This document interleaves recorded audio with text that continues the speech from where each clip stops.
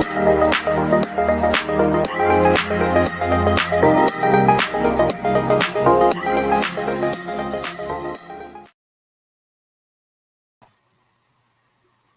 hello. What up, though? What up, though? What up, though?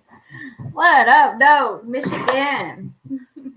Blazing Soul podcast coming to you again every Wednesday. Yes. Here to dispel rumors about the Black and Asian community, to shed light on community leaders and entrepreneurs and role models and difference makers within the community, and occasionally have a little fun and give you guys a glimpse into who we are. And occasionally get a little serious about the current events that are going on in the Black and Asian communities that affect our communities. And speaking of Michigan, what up, though? Did I say that right? That's a Detroit thing. It's not a Michigan thing. Oh, it's the D thing. But speaking of Michigan, there is a lot happening right now in Grand Rapids, Michigan. Tonight, we have a special guest with us, Dr. Lenox Forrest, who is a psychologist that is going to shed some light on some things that are happening in the minds of the police officer as well as the victims involved in the tragic incidents that has happened in Michigan today. Yeah, I think he can give good, kind of a good professional take on it because he has worked with police officers. Oh, definitely. He does the psyche valve for police officers. Excuse me, either when something occurs or when they have to, get this recertification, so to speak, to be a police officer. So I do think that he could give good insight. He's also a Black male. He understands the struggles that Black people go through in this country. So yeah, I think that will be a good addition to the conversation. He will be coming on a little later, but initially I just wanted to kind of talk about the situation at hand. Everyone, I believe, has seen the video. We went back and forth about whether or not we were going to show the video. We decided against it for the simple fact of, first of all, it's heavy on your heart to see something like that. And two, I'm I don't want to be another outlet that's showing another Black man killed. If you are that serious about finding out what the video shows, you can quite easily search the net and find the video to take a look. But on Blazing Soul podcast, I just don't want to show it. But a young man that got pulled over for a traffic violation. The young man was resistant to being detained, arrested, however you want to call it. He ran from the police officer. Police officer caught up to him. They wrestled on the ground. He had the gentleman on his stomach, even though they were still fighting or wrestling. I don't know if the cop had true control of the situation, even though he was on the top of him, because the guy was there. They were still scuffling. The police officer tried to use his taser. That did not work. He pulled out his gun, put it to the back of his head while he was still on top of him, and then shot the man who immediately died, point blank range. So initially, when I heard about this, first thing I said is I want to see the footage. That's before I make any snap judgments, even though it sounds horrible. Let me see the footage. Let me, if I'm going to make a valid stance on something, I want all the available information I can get. So, footage came out, I believe today, and it's disheartening. It's very hard to watch. In every, any way you can think about it is very hard to watch. I was conflicted on. First of all, I think the officer is at fault, point blank. I think the officer should do time, point blank.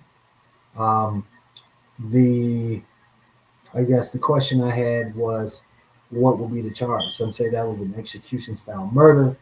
Some say that he was drawing his weapon and it actually, there's a ton of things that people are speculating. But we do know this. We do know for a minor traffic stop, a man lost his life. Right. That is unacceptable. In no frame or a fortune should you ever have to take someone's life over a traffic violation. And at the time they got involved into the scuffle, the only information that he had was that the tags didn't match the the car. license plates didn't match the car. Right. That's all he had. That's not a reason to Kill use somebody. deadly force. I have done a little research, and of course, with the help of all of the social media lawyers out there, I've taken a look, and this is something I want to get across because I heard a lot of people say, well, if he wouldn't have ran, then this wouldn't have happened. Okay. That is on the weekend of the spectrum, though. To say because he ran, his life should be taken. Right. For a traffic stop. Yeah, is not. I don't subscribe to that. For Michigan State, they have rules to govern deadly force for enforcement officers. One of those is that a authorized officer is allowed to protect enforcement members or others from what is reasonably believed to be a threat of death or seriously bodily harm. Deadly force should only be exercised only when all other reasonable efforts to subdue the subject have failed or reasonable efforts cannot succeed without endangering the life of enforcement members or others. But the one that really gets me is deadly force should not be used to effect an arrest for a misdemeanor charge or when apprehending a person fleeing from such charge. That right there tells you everything you need to know about whether or not the officer was right. But a misdemeanor stop, there is no reason, unless you are in physical danger of your life, to pull your weapon. If the subject flees, you are not supposed to pull for a misdemeanor. You're not supposed to pull your weapon over a misdemeanor if the subject flees. So, in keeping with that model of what Michigan State says is applicable use of deadly force, the officer is totally in the wrong. Right. Now, initially, my thought when I take a look at the video, I think that, you ever seen the movies where, two guys are struggling and one grabs a gun and he puts it to the other guy's back or whatever and say, freeze, don't move. And that stops the struggle because now the guy feels he has a gun on him. That's my initial thought when you see the look on the officer's face after he shot him. He was almost as surprised as the bystanders. So my thought process was he was losing the battle as far as them wrestling. He couldn't handle that young man. So his thought was, I'll put this gun to his back. He gonna calm down. Once again, you are if that is what happened, you're still totally in the wrong because you never pull a firearm out to threaten, which that would have been. If you don't do this, then I'll use my weapon. So no, I don't believe that that's a viable defense. Even if the gun went off and he didn't intend it to, that's the basis for negligent homicide. You did something inappropriate that caused another person's death. Right. But taking a look even further into the case, one, there was no justification for him initially pulling him over and running his plates. It was just a black guy in a car and we ran his plates and we got a hit. I don't know how viable that is for a police officer, but that seems like racial profiling to me. Secondly, as we read with the deadly force law, for a misdemeanor charge, you should never draw your weapon, ever. So once again, not only, even if it was a mistake that he pulled the trigger, it's not a mistake that you pulled your weapon out on a misdemeanor charge. So even if we get past the point of him possibly not meaning to shoot the guy, you bringing your weapon out in this situation is wrong from the get-go. So even if we take the other account totally out of the equation, you drew your weapon on a misdemeanor when you know the state law stipulates that you should not. So in that case, you're wrong. You're wrong from the beginning into the end. And I do believe that if they do bring charges, one of the charges should be murder to see whether or not they can prove that he was murdered. I mean, the guy was wrong from beginning to end. People say, well, he was trying to um, grab the taser from him or take the taser from him. That was after he was shot. So anybody who's been shot before even understand the philosophy of a taser, usually your muscles lock up. But if your muscles don't lock up, then you're going to try everything you can to get this thing off of you so it's not shocking you no more. So reaching for the taser is not out of the realm of possibility. But we don't even know, we don't have any proof that he even reached for the taser. Very true. Because from the other standpoint, from the bystander filming, when the officer kept saying, "Stop, you got my taser," or something about "you got my taser," the bystander that was filming kept saying, "He doesn't have your taser. He doesn't have," so trying to make right what was wrong, or what the narrative the officer was trying to create. Right. And the guy was like, "No, he doesn't. He doesn't even have your taser." So basically, like, lay off of him. Right. That is true. That is true. That's what the officer claimed. Yes. Is that he but we don't even know that. Right. He took his taser. But once again, and I've read a lot of the, I try to play devil's advocate at times, because if I'm going to disagree with a viewpoint, I want to understand the viewpoint so I can make a logical argument of why I disagree with something. Mm-hmm. So I'm looking and I'm listening to all the comments from the general public on social media. And I think the prevailing two things that I saw were, one, if he wouldn't have ran, this wouldn't have happened. Which, once again, I said is a very weak argument. If you steal something from a store and you get shot by police, you shouldn't have got shot by police because they stole something from the store. And if your rationale is, well, he just said he stole something, that is very lacking in logical thought process. It's a lazy thinking, so to speak, to just say, well, this is X and this is Y, so this is Z. It doesn't work like that in the real world. The man presumably or allegedly committed a misdemeanor crime. And we consider a misdemeanor crime something far less hurtful to the community than a felony. That's why we differentiate between the two. So you match what the crime is as far as how you apprehend and punishment. That's just how we do our legal system. So, like I said, that's a very weak argument to use. Well, he so what's going on in Grand Rapids now? They're doing they're protesting at the Grand Rapids Police Department. I hope everybody is safe there. It looked like it was getting a little rowdy. Some minor things were being thrown, but nothing that is just out of the ordinary. So from that vantage point, I hope everybody stays safe, fight the good fight. If you have a problem with this, which every person in Grand Rapids should have a problem with this, then go support those guys out there, because that's how change gets done, is when you actively shape the norm to get attention to whatever cause you're with.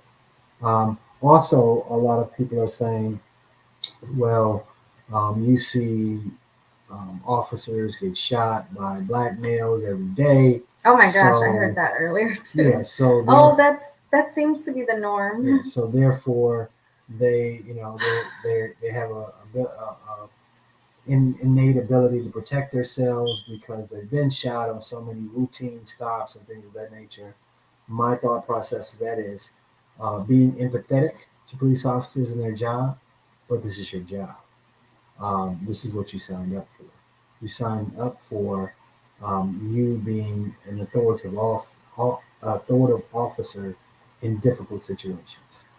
So that is par for the course. Not that shooting or getting into an altercation with a cop on a routine stop is something that should be the norm. Being a police officer, that is a possibility.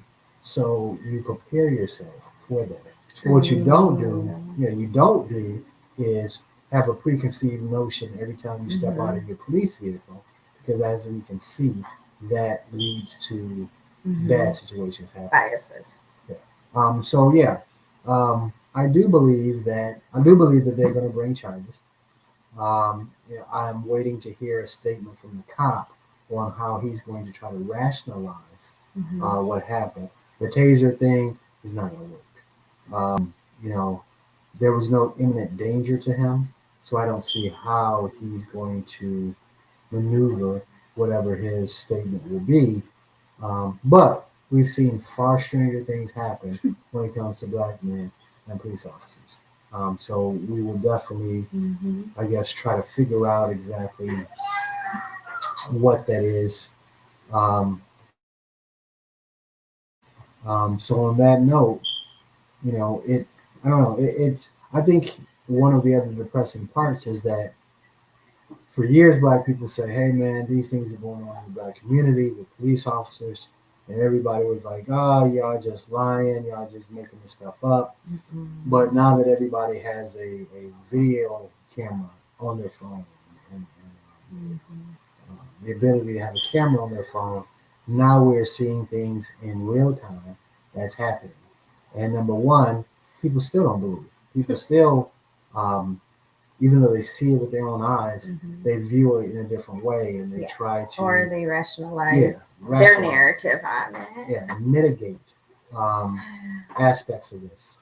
But also, it shows that all this time that black people were saying this, it was true that these things actually happen in, our natural society that for a lot of times black people are picked on. So that's a question that we have to ask. I'm sorry, what are you doing? What are you doing?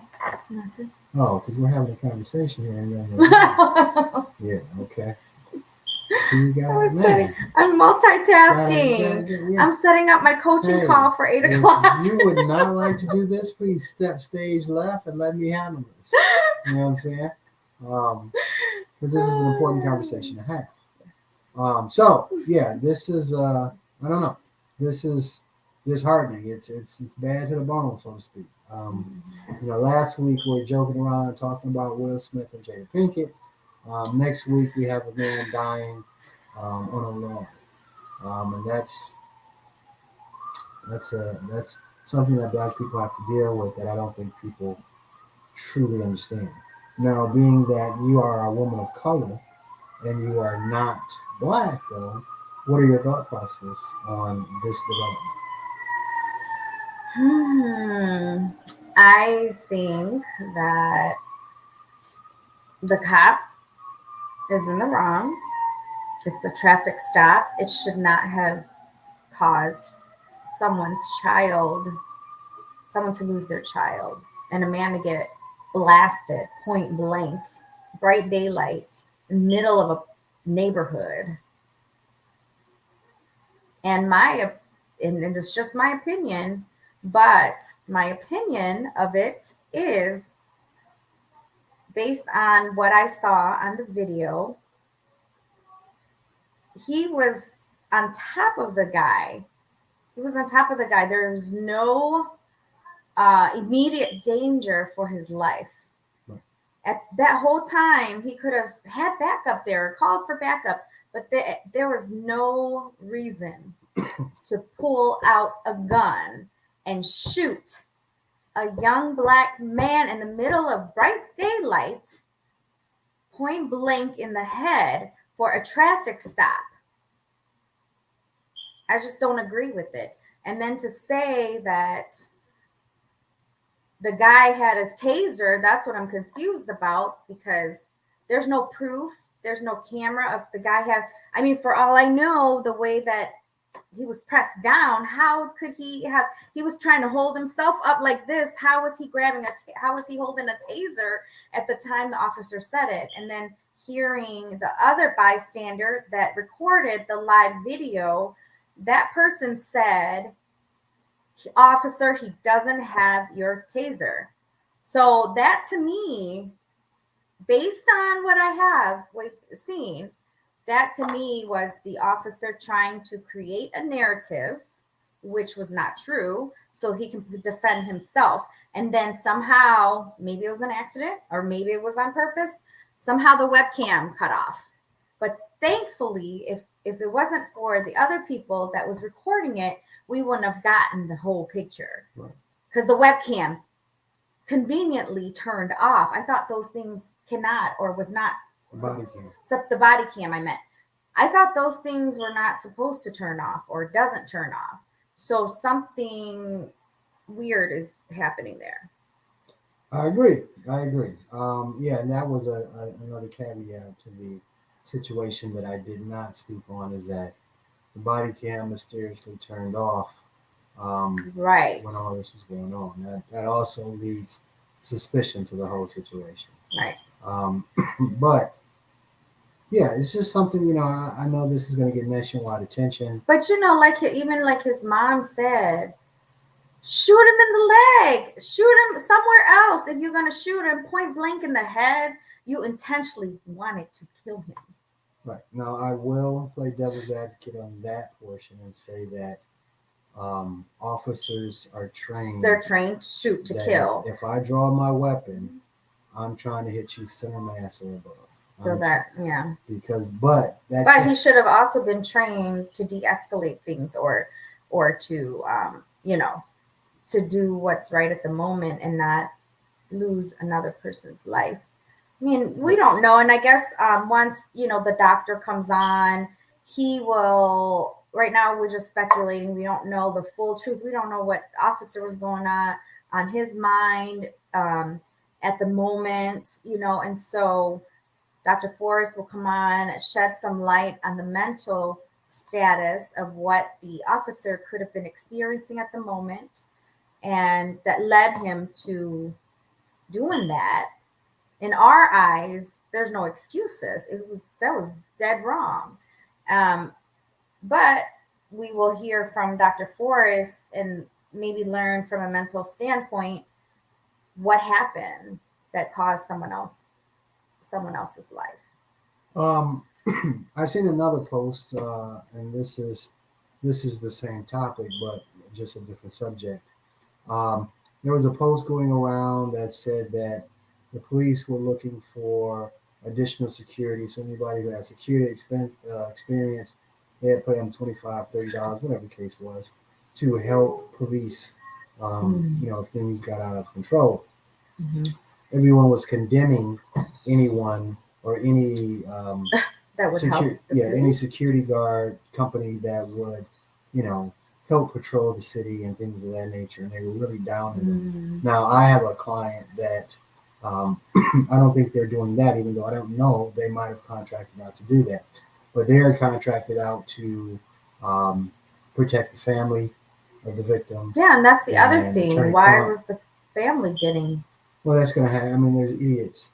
No matter what happens at what time, there's always idiots who is going to use that opportunity to show their ignorance. Yeah. I expected some type of pushback from racist people in Grand Rapids. Let's be honest. West Michigan is a racist. It has a lot of racist tendencies to it. Yeah.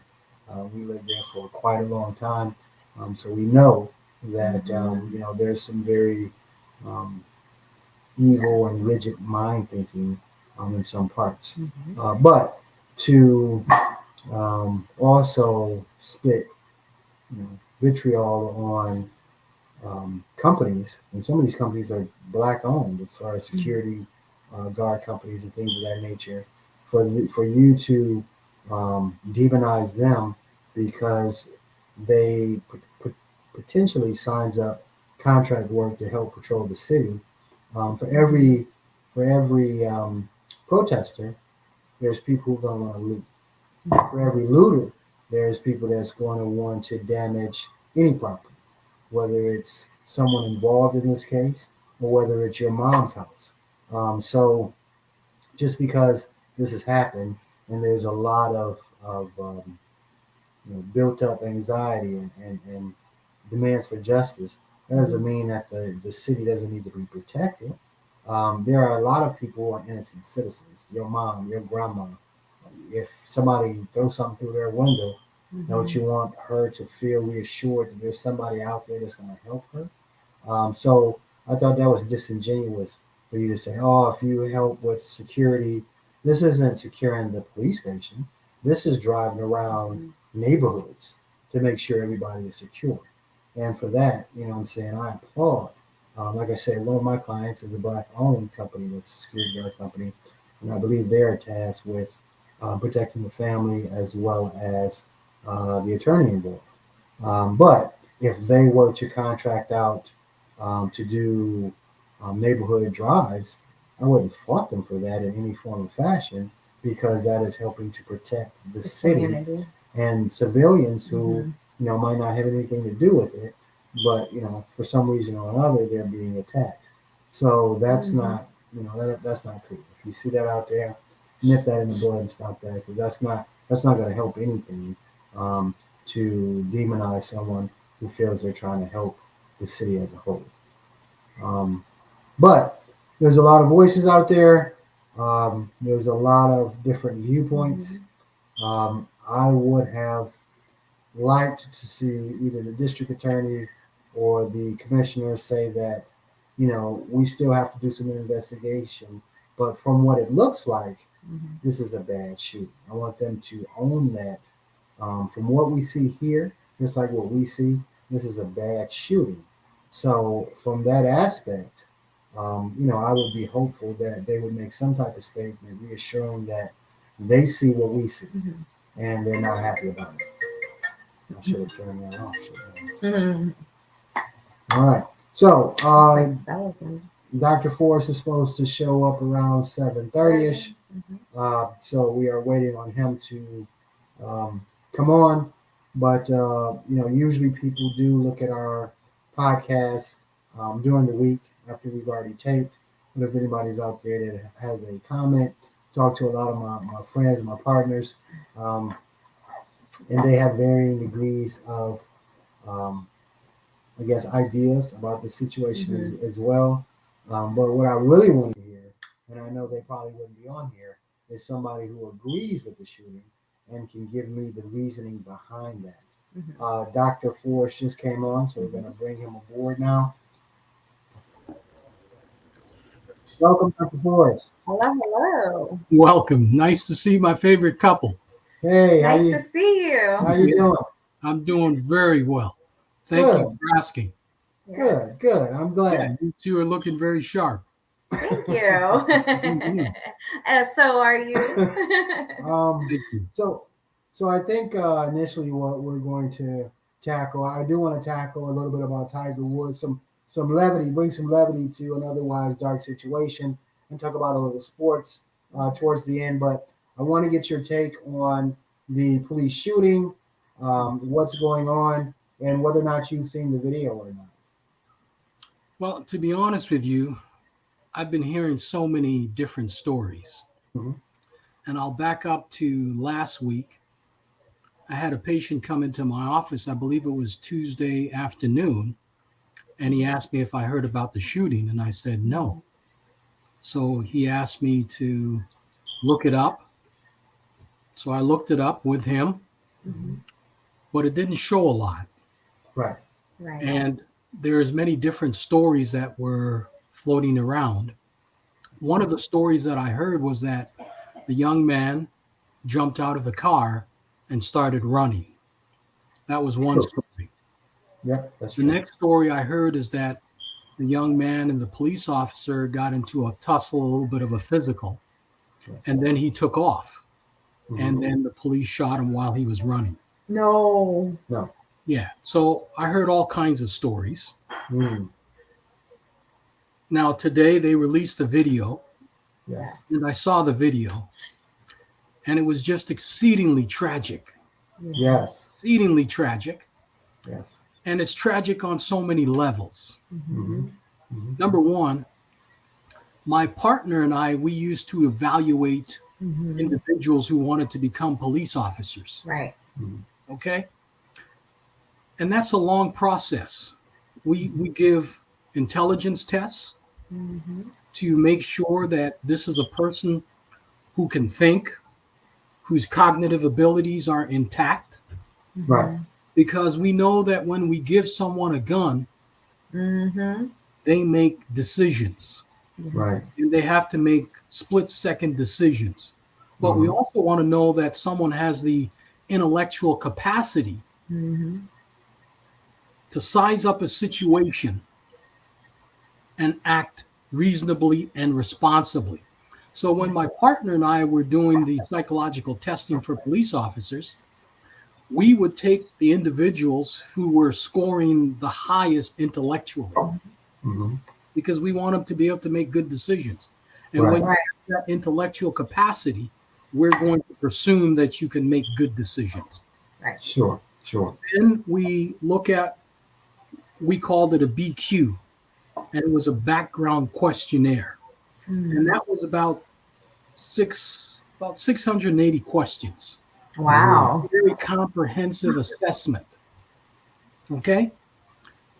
And we see what comes out of that because we're asking questions about their history, their childhood, their family of origin, situations that they've gotten into trouble with. So it's extremely comprehensive.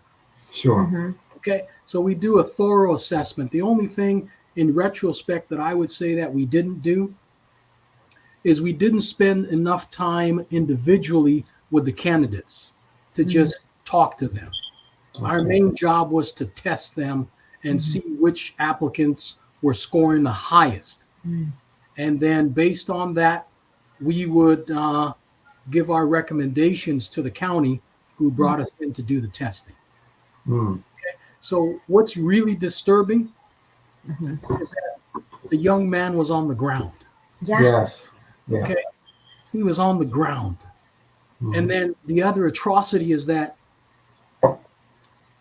it appears as if the officer was looking to taser him. Yes. We've seen this situation before. And it was just a negative outcome. Right. So that's the tragedy. So we have a young man on a routine stop, should not have lost his life. Right. We have the family that's grieving. And now you also have this police officer who is in trouble. Right. On the video, it's problematic. Right. Right. So it's just an outpouring of grief right now. Yeah. And I'm just saddened on so many different levels. Right. So many different levels. They've called me in to go to a school tomorrow to do a debriefing with people because this is a traumatic situation. Right. You have what's called direct trauma. Direct trauma is when someone gets hit by a car. That's direct trauma. Right. Now you have indirect trauma. Someone watching someone get hit by a car. That's indirect trauma. So with this situation, you have tremendous indirect trauma. Yes. Because people are watching this, they've seen this video, and it's extremely problematic. It's devastating the community. Yes. Because Whole the Grand outcome Rapids. is that when African Americans unfortunately get stopped, sometimes it ends up really, really bad for us. Sure. Sure. So it's just tragic on so many levels. Yeah. Yeah. It is. It's like I said, the fact that he was on his stomach really doesn't sit right with me. And before you got on, we had read, and this is directly from Metro State Police, his website, about the use of deadly force in Michigan, and it says deadly force shall not be used to effect an arrest for a misdemeanor charge or when apprehending a person fleeing from such a charge. So when it's a misdemeanor, unless you are in imminent danger, a gun should not even be a factor in this interaction. So that's why I said, I went back and forth from, maybe it's involuntary manslaughter, maybe it's negligent homicide, but murder should not be out of the question for this situation, given that the directive of the Michigan State Police says that a misdemeanor charge, you shouldn't even be thinking about grabbing your weapon. Right. Yeah. There is absolutely no reason for that. I took a look at the video very quickly, but it looked like there were two officers. Yes or no? No, the other person was a bystander that was taping because when the officer yelled that he was trying to get his taser from him, the bystander said, "No, he isn't, sir. He's not trying to grab your taser." So there was interaction with someone standing by that was just videoing the whole situation. But I think one of the points of interest for people who are championing the police officer says that you don't know what a police officer goes through, and their life is at risk at every traffic stop. So there should be some manner of leniency because their job is in this stressful, diameter. What is your thought on that? Police officers have exceedingly stressful jobs. Right. Okay. We can't deny that. Right. I have seen many of them in my office clinically. So I know the struggles that they go through. Right. I have friends who are police officers. But their job is to serve and to protect. Right. And I can't negate the fact that their job is incredibly difficult. Yes. Because when they stop someone, they never know what's going to happen. Right. But they have received appropriate training. At least we believe that they have. Right. And in far too many situations, police officers escalate situations. Right. And many don't know how to de-escalate a situation. Right. Mm-hmm. And yes, I know that when they stop someone, we must comply. Okay, that's what we have to do, especially people of color. We have to follow their directives incredibly to a high latitude. But at the same time, they have to use good judgment, sound judgment. And once again, I haven't processed the video completely, but if you have a young man on the ground, there's no need to reach for your gun. Right. Now, I know that they're always going to say that the officer felt threatened. Yeah. But when someone gets stopped by the police officer, especially people of color, sometimes they're not processing things clearly. Right. There's that fear element. And unfortunately, people are thinking the worst, especially people of color, Yes. when they get stopped. Right. And it can put them in a panic. And sometimes the tendency is To run. let me run Right. because I don't know if I stand with this officer Mm-hmm. if I'm going to be alive. Right. Because once an officer says, I feel threatened, Mm-hmm. that's all they have to say.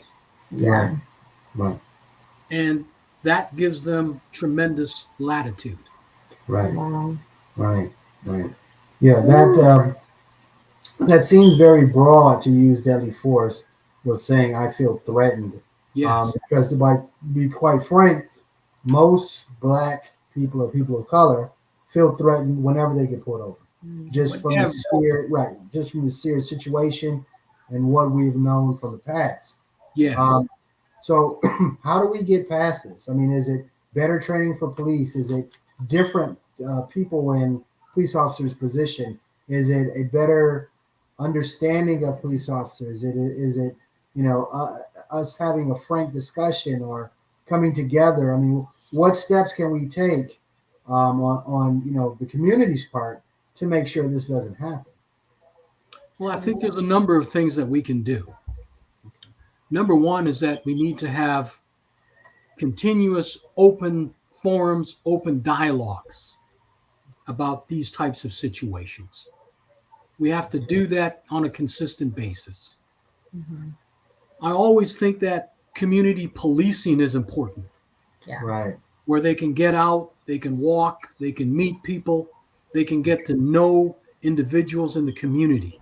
So Right. community policing, the research has shown that it's effective. Yes. Third, we need to have comprehensive training, Mm-hmm. comprehensive training in terms of how to approach individuals that we pull over. Mhm. So comprehensive training. We also need to teach them diversity training, Mm-hmm. okay? Because unfortunately, there's stereotypes. Yep.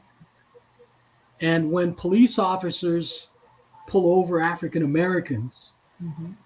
the stereotype is that they're aggressive, they're Mm-hmm. violent, Mm-hmm.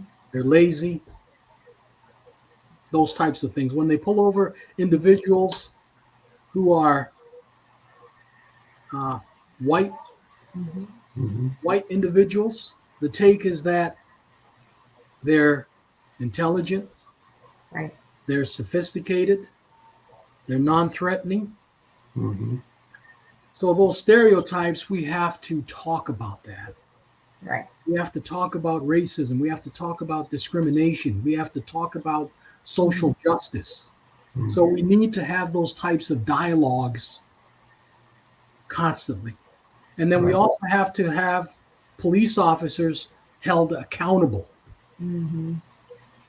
Okay, if the body camera is showing certain things, we have to hold them to a high standard.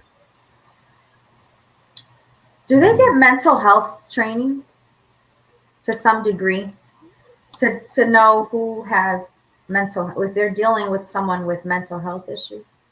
Now that's a good question. I can't comment because every county, It's every different. city does different types of training, but certainly that's a good question. Right. And I know that they've talked about psychologists, social workers, other individuals riding with Mhm. police officers. Right. So I think that would be a good conversation to have. Yeah. Okay, because someone like myself, I'm Mhm. trained to de-escalate situations. Right. Right. I'm also trained to observe, Mhm. talk to someone, and have a good idea of where they are at psychologically. Right. So I Yes. think that type of skill set, Yeah. police officers really, really need that. Exactly. Mm. Mm.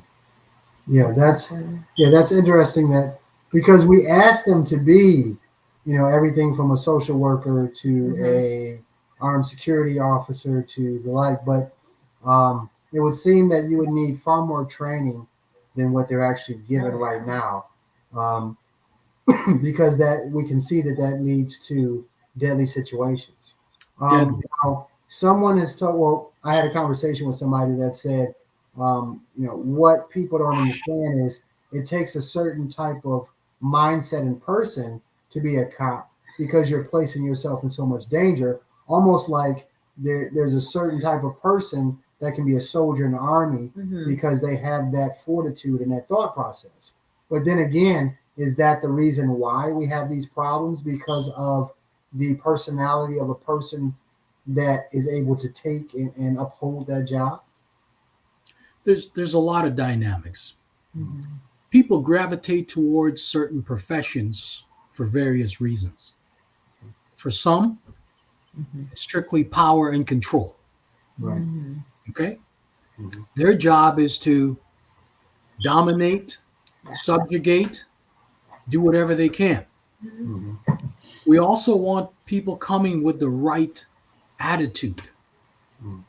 Okay, that really they're looking to serve the community. Mhm. Unfortunately, we don't have tests that can predict if someone is racially motivated, Right. Sure. is prejudiced. We can't test for that. So we do have to do comprehensive testing, Mm-hmm. do critical, comprehensive interviews with people to gain a greater understanding of their motivation for becoming a police officer.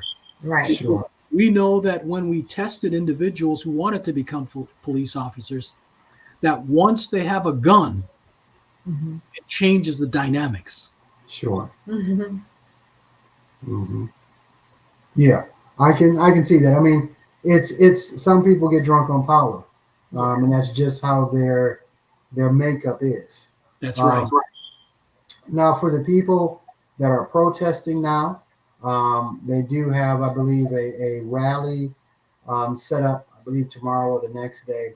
But what do you do when you feel frustrated? Because oftentimes when rioting starts and things of that nature, I mean, there's some guys out there who are just trying to get ahead by looting, Mm-hmm. but the people who are actually frustrated and feel that they have no other choice, they riot because, like Martin Luther King said, the rioting is the unsung voice of the people. So in that aspect, what can you tell people that feel they have no choice but to be the squeaky wheel and riot to get some form of attention and some form of justice? Right. Well, first of all, I would never tell anyone that you don't have a choice. Okay. You always have a choice. Okay. Okay? You always have a choice. And we have to make positive decisions in difficult situations. Mm.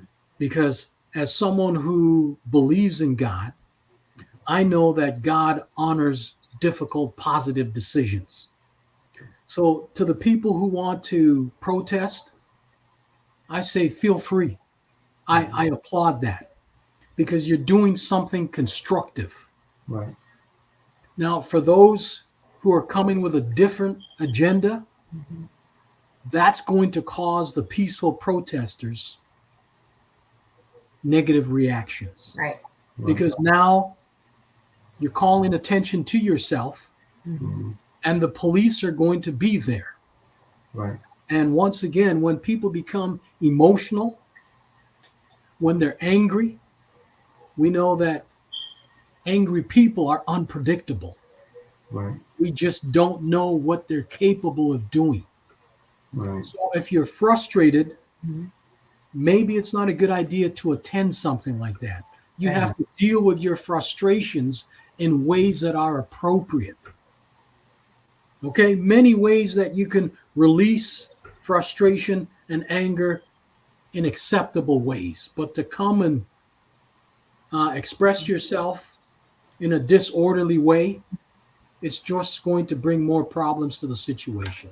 Sure. Sure. Peaceful protests, no objection to that. Mm. And let's do it because that's sending a message that we're angry. We want to see something different. Right. Mm. We want to see justice. We want to see right living. We want to see people treated fairly. Right. Peaceful protest, I welcome that. Right. That's our right as citizens. Mm. Yeah, it's truly tragic, and we're going to watch as more information comes out. There will be an autopsy report. There will be findings by the investigators, and it'll be interesting to see the the narrative that not only the police officers take, but also the officer involved in the shooting to see what he What he says says about about the situation itself. it. Mm-hmm. Um, Before we do go though, we were here just last year talking about Tiger. You are a sports psychologist, so Yeah. you have a a Insight. inner perspective that we might not take a look at. But what do you think of Tiger? First of all, making the cut, which most people didn't think he was going to make the cut. But what's your thought process? You have an idea of my thought process. When it comes to Tiger Woods, the world really needs to know that this is a prolific athlete. Right. Okay? Many didn't think that he would come back at all, Right. but Right. I'm not surprised. Yeah, you said he would. That's his mindset. Yeah. He's focused psychologically, socially on winning. Right. That gives him great pleasure. So intrinsically, he's motivated. And when you're intrinsically motivated, Mhm. that means you love what you do. Yeah. Mm-hmm. That's the reward. Yes. So for Tiger Woods to come back, I am not surprised. And when we look at his performance, he finished 47th. Right. That's not Tiger-esque at No, all. no, not at all. However, when you look at his prospects of having his leg amputated last year, Mm-hmm. and now he's on pins and rods, Right. he finished the course. Mm-hmm. He walked 2, 3, 4 miles Yep. on a leg that was about to be amputated. Mm-hmm. In my opinion, he won the Masters. Right. And he won the hearts of the people. Right. Yeah. One of the greatest struggles that I see in my office is when men come and they're about to get their legs or leg amputated. Oh, wow. When I see men weep, Right. they weep at the prospect of losing a leg. Mm-hmm. So to see Tiger walk out there gracefully, majestically, he was walking proud. Yes. Obviously, that altered his game because you know that as a golfer, you have to generate tremendous torque Right. to be able to hit that ball. You have to be able to plant that foot Mm-hmm. steady. Mm-hmm. Your balance, your equilibrium has to be firm and exact. Right. So I think the greatest struggle for Tiger is that he was making so many adjustments because of his injury. Mm. To hit a ball from the divot, Mm-hmm. to plant, to torque that speed where you can launch that ball 300 feet. Right. For an able-bodied golfer, that's difficult, Sure. Sure. much less someone who's functioning on a compromised leg. Right. Right. Right. So we can't take anything away from Tiger. Mm-hmm. He came back. He showed us what he was made of. The level that he functions at, the bar is so high. Mm-hmm. That's what we expect from him. Sure. That's what he expects from himself. Mm. So what I believe now is that he's proven to himself that he can play, Mm-hmm. but now his team will have to go back and recalibrate. Now that he's had the experience of walking the course, being able to plant, getting the torque speed up, but the physical extremities that he's challenged with, Mm-hmm. I think took its toll. Wow. Because mentally, he's as strong as they come. Sure. We know that the mental and the physical are inextricably linked. Sure. So that affected his performance. But this is a guy who does not stop. Tiger Woods is relentless. Right. And he's going to come back, and he will be roaring back. Because that's who he is. Right. That's who he is. He's just a prolific athlete. And individuals like him do not come along often. He's not Blasian, he's black. But do you now the big question is, do you think he'll win another major? I'm going to say it like this. there's certain athletes that I just would not bet against. Sure. And Tiger Woods is one of them. Sure. I've said that his money will buy the best physical rehabilitation help on this planet. Right. Right. And I am sure that his team is living with him Right. Right. there Yeah. on his compound. 24/7. Yeah. Exactly. So I would say, I think he will win another one Yeah. because that's his mindset. Exactly. Tiger Woods also knows that this will be his legacy Yeah. Right. because people didn't expect him to come back. Right. Mhm. Right. But I would have been shocked if he didn't come back. Right. And he didn't have to come back because he doesn't have to prove anything to anyone. He's right. won 15 majors. Right. Wow. He's won 5 Masters. Mm-hmm. So Yeah. he will be back. He's still a draw, a huge, Oh, yeah. The biggest draw. the biggest draw. Yeah. Yeah. I believe that he will continue to come back. Mhm. If he does win another one, I think it will be a Masters, just because he's owned that course for so long. But it is amazing his determination to come back from where he was. And like I said, most people, you're right. Initially, people didn't think he was going to come back, but when he said he was going to play, everyone said he would not make the cut. No way, That's no. it. Yeah. But he showed glimpses of his greatness Yeah. Yes. by making the cut. Yes. Mhm. Okay. And as I said, I think for him, the physical toll was just too much because Augusta is one of the most challenging courses to walk, Mhm. and it's extremely hilly. Right. So he was walking on a repaired leg. Right. But Right. once they come together and recalibrate and tweak his situation Mm-hmm. and his leg gets better, where Yeah. he can develop that torque and that push off, Mhm. I think he'll be right there. Yeah. Wow. Wow. Definitely. That's awesome.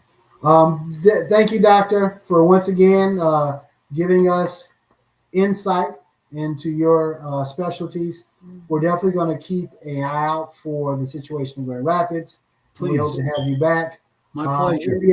The NBA playoffs are here, so we always do our NBA playoffs thing. So Yes. in the next week or two, we'll make those picks, and I will beat It you will again. be my pleasure because Beat you I will beat you again this year as I did last year. definitely. And no, but thank you very much, Doctor, for coming on. My pleasure. Okay. Good And the seeing two of you. you have a wonderful evening and just nice to see the two of you. You as well. You too. All right. Thank you. Bye-bye. Good insight. Yes. Everyone has their opinions. Definitely. Everyone has a thought process on Mhm. what happened. It's good to get someone who is a professional Mhm. in dealing with anger management and relationships between people and psychology and police, the mental aspect of police and how they think. I think that's a telling sign as to what happened. And all we can do now is, number one, pray that everyone stays safe. Yeah. Number two, give our most sincere condolences to the family. And let's see how this plays out Mhm. in the coming weeks. And then we will kind of from there, I think. Mhm. Do you have like I'm just testing mood- out some things. See, we were supposed to do this big. I don't know if y'all remember Sports Center when it changed and it was the 6th. They had all this extra stuff and stuff blowing up in the We're background. just too and- busy. No, I'm gonna do this. We're just so busy. I'm gonna do We this. are just so busy. We do this on our spare time. I'm gonna do this. The little bit of time we have because it's important, and so we're just so busy with stuff. Well, she was on the phone, so On the phone. Yeah, you were on your phone when I was talking earlier. So Okay, yeah, because I have we're an gonna 8 go- o'clock coaching call right we're now. gonna go to the. I have a business coaching call. We're She's gonna go probably to see- the producer, and we're going to reprimand her for this. I don't know if she gonna get suspended for 2 weeks or for being I on don't your know. phone at the Yeah, I don't job. know how that's going to end, but Well, I was let's trying to pray for schedule her. my client. That's Well, right she after got this an 8 o'clock. call. business coaching call. I have to coach someone. So we're at gonna 8 get o'clock. off now because she has her coaching call and Yes. she's so important stuff. I'm so important. We're gonna get off now. We'll talk to y'all next Wednesday. You see and it was our anniversary yesterday. And it was our anniversary yesterday. And we're gonna be celebrating this weekend. We have a wedding Friday. Yeah. Have a speaking engagement in Speaking of Grand Rapids, we're gonna be in Grand Rapids. Don't tell people. Okay, we're not gonna be in Grand Rapids. We're not gonna be in Grand Rapids until next month. There you go. I like that one. That was cool. And I have a gala today, this weekend as well. So busy week. So everyone be safe out there. Thank you for tuning in. If you're watching the live or the replay, we appreciate your support. I've been with this crazy woman for 22 years in some form and capacity. We've known each other for that long. Pray for me. Please pray for me. No, it's me you have to pray for. All right, then. This one. Well, hi at y'all. Peace out. Watch your six. And when I say watch your six, I mean that shit for real. We don't know what this weekend is going to entail. Yeah, so be careful. Are we gonna? We gotta talk about this one. All right. I keep for those that know me, I keep a utility belt, Batman style, on me at all times. So do I. What does that mean? Because I've given you all of you take all of my utensils and whatnot and put it in your utility belt. Did I tell you I had a belt of throwing knives that I used to practice with? And she took it and tried to get it through the airport. I didn't try. I didn't know you That's put it. That's another conversation. I didn't know you put it in my luggage. That's another conversation. And I got stopped at the airport. But anyway, we'll talk to y'all next week. Everybody be safe. All right. Deuces. Peace.